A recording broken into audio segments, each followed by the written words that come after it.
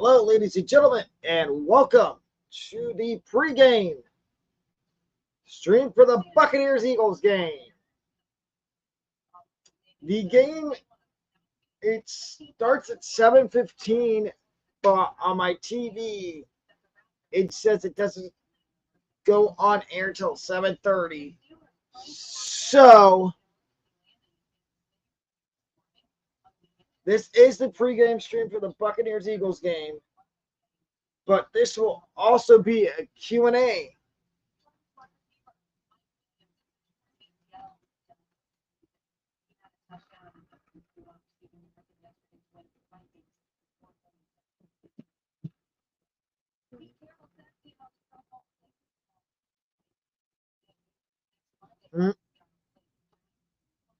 So, here's my thoughts on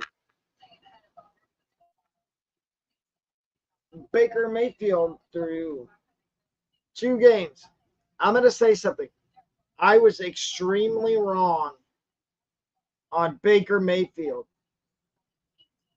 I didn't give any credit to the Buccaneers offensive coordinator, Dave Canales, for planning an offense around Baker's strength.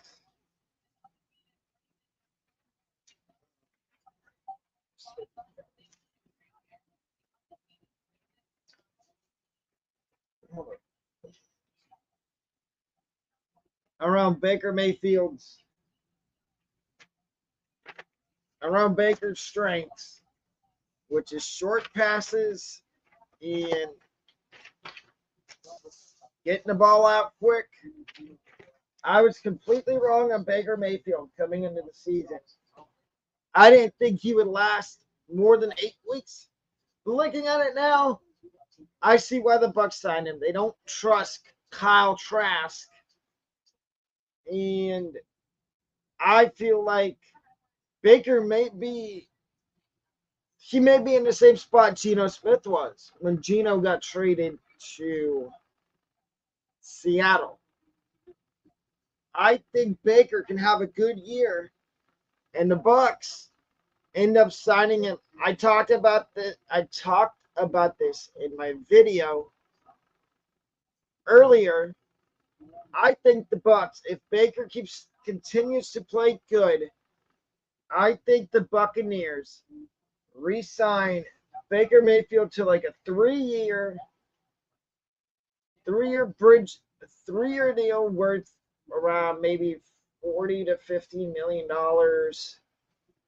with incentives for him to make more money. And they draft somebody in like the 3rd or 4th round, or they keep Kyle Trask and they let him learn behind Baker for 1 more year, and then they draft somebody. But that's and just a little note, Joe Burrow, I just got a notification. Joe Burrow will play for the Bengals tonight versus the Rams. So if you have Joe Burrow, I would, obviously you're starting him, but I would be aware of that, his calf injury. And it sounds like Derek Carr avoided serious injury. He's week to week with a sprained AC joint in his throwing shoulder. But the Saints have not ruled him out yet for their game this week against the Buccaneers on Sunday. And Jimmy Garoppolo has entered the concussion protocol, and his status for week 4 is uncertain. Yes, I said this is pregame stream, but I will also be giving my stock up, stock down for fantasy football through 3 weeks. I'll give you 3 guys that have stock up and 3 guys that are stocked down. My first stock up for fantasy football after week 3 is a guy that went ballistic yesterday for 4 touchdowns and over 200 yards rushing. Devon A-Chain of the Miami Dolphins, running back. He's going to split the backfield with Raheem Mostert, but I think that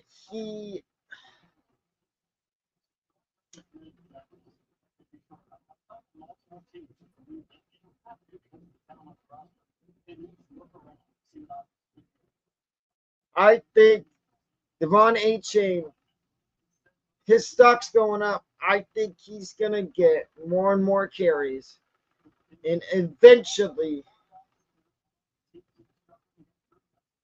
take over the backfield totally. I talked about A-Chain in the video earlier today. He is somebody I would pick up and stash on my bench. Another guy's stock that is on the rise is Texans rookie wide receiver Tank Dell. His stock's going up the last 2 weeks. The last 2 weeks, he's gotten a lot of targets, and I think he's taking over as C.J. Stroud's new favorite target. And the third guy's stock that is on the rise is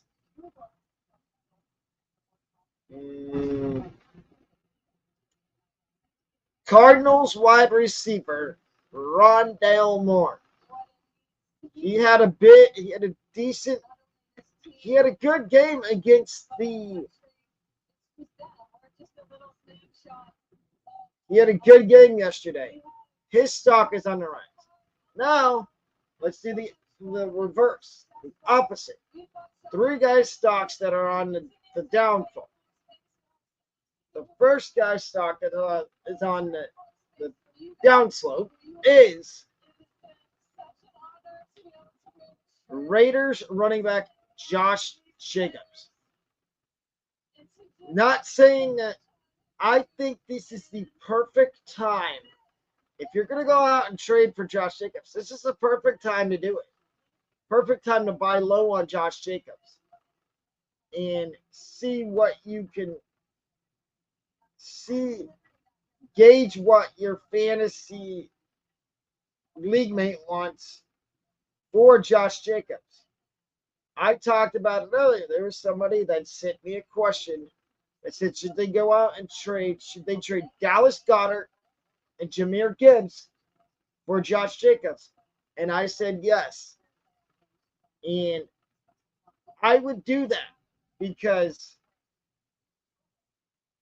Jahmyr Gibbs is a rookie, but he's going to be split in the backfield with David Montgomery and probably until later in the season.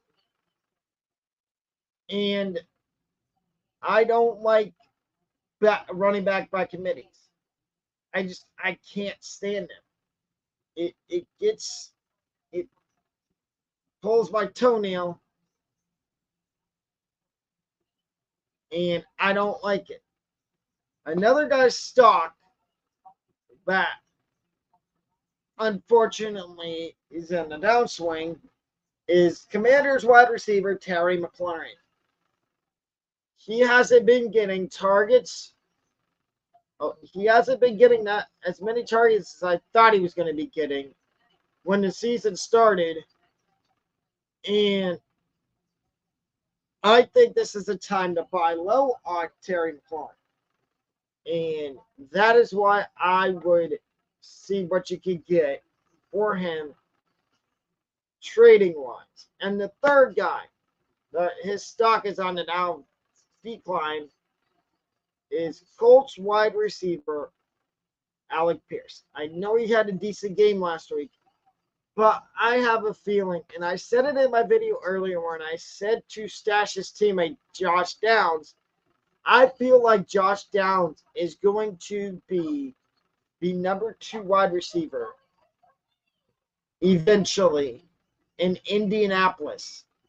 And I wouldn't doubt it because Shane Steichen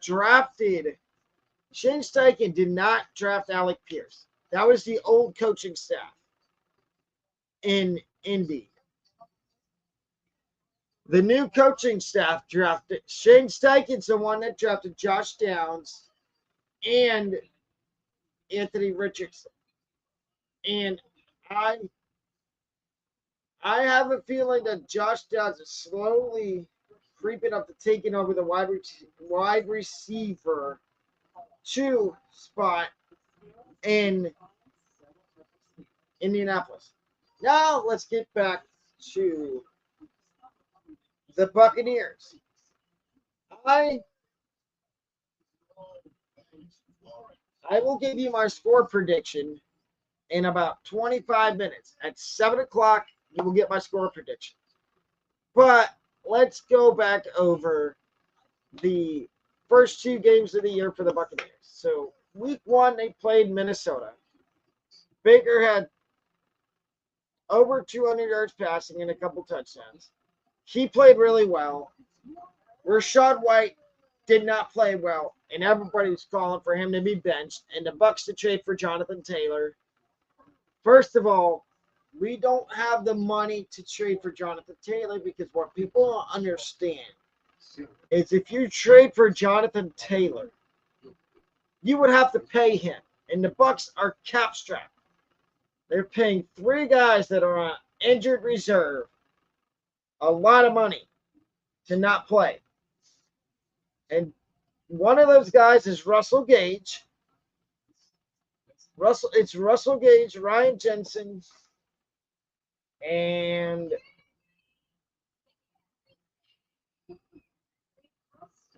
Chase Edmonds. Russell Gage, Chase Edmonds, and Ryan Jensen.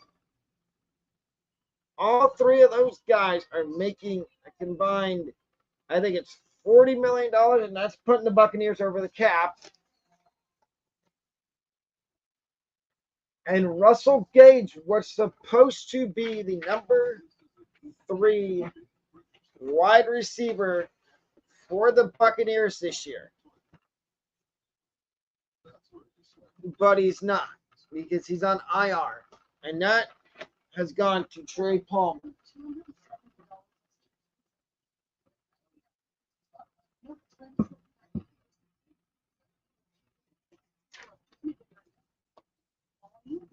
Trey Palmer is the Bucs' number 3 wide receiver.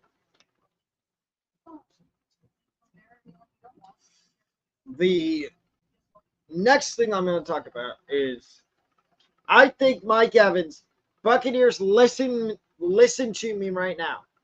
You need to pay Mike Evans. You need to pay him ASAP. You do not want him going to free agency after the season. If you let him go to free agency, you are going to have a lot of teams going after him. And you don't want that because you never know. You could have some of your NFC South counterparts going out there, minus the Saints. You could have either the Falcons or the Panthers go after Mike Evans if he hits free agency. And you could also have Kansas City go out there because they need a number 1 wide receiver.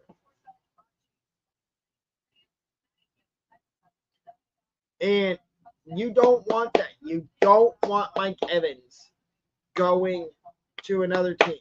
You want him to stay in Tampa and not leave.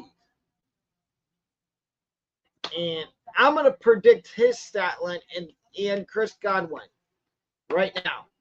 Mike Evans, I think he gets the James Bradbury shadow coverage.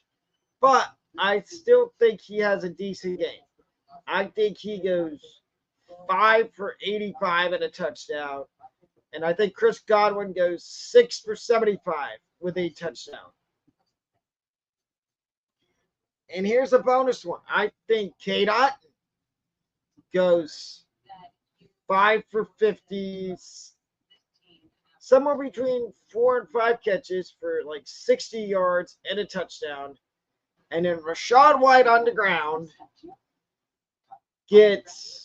has 10 carries for 70 yards and 3 receptions for 40 yards. And he gets a rushing touchdown. But if you're betting on this game, I would take the under because I don't think there will be over 50 points scored in this game.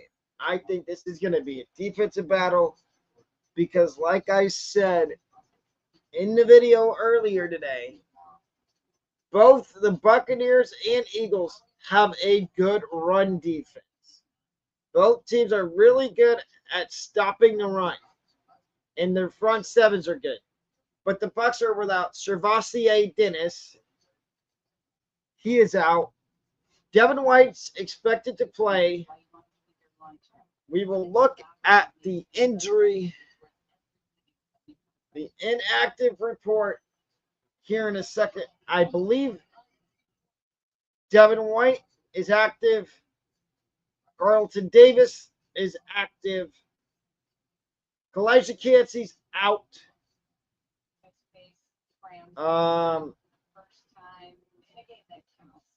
And actually, I will give you my score prediction right now. I think the Bucs end up winning this game 35-28. And thank you, ladies and gentlemen. That'll do it for the pregame stream. I will see you back here at 7:15. See you in a little bit.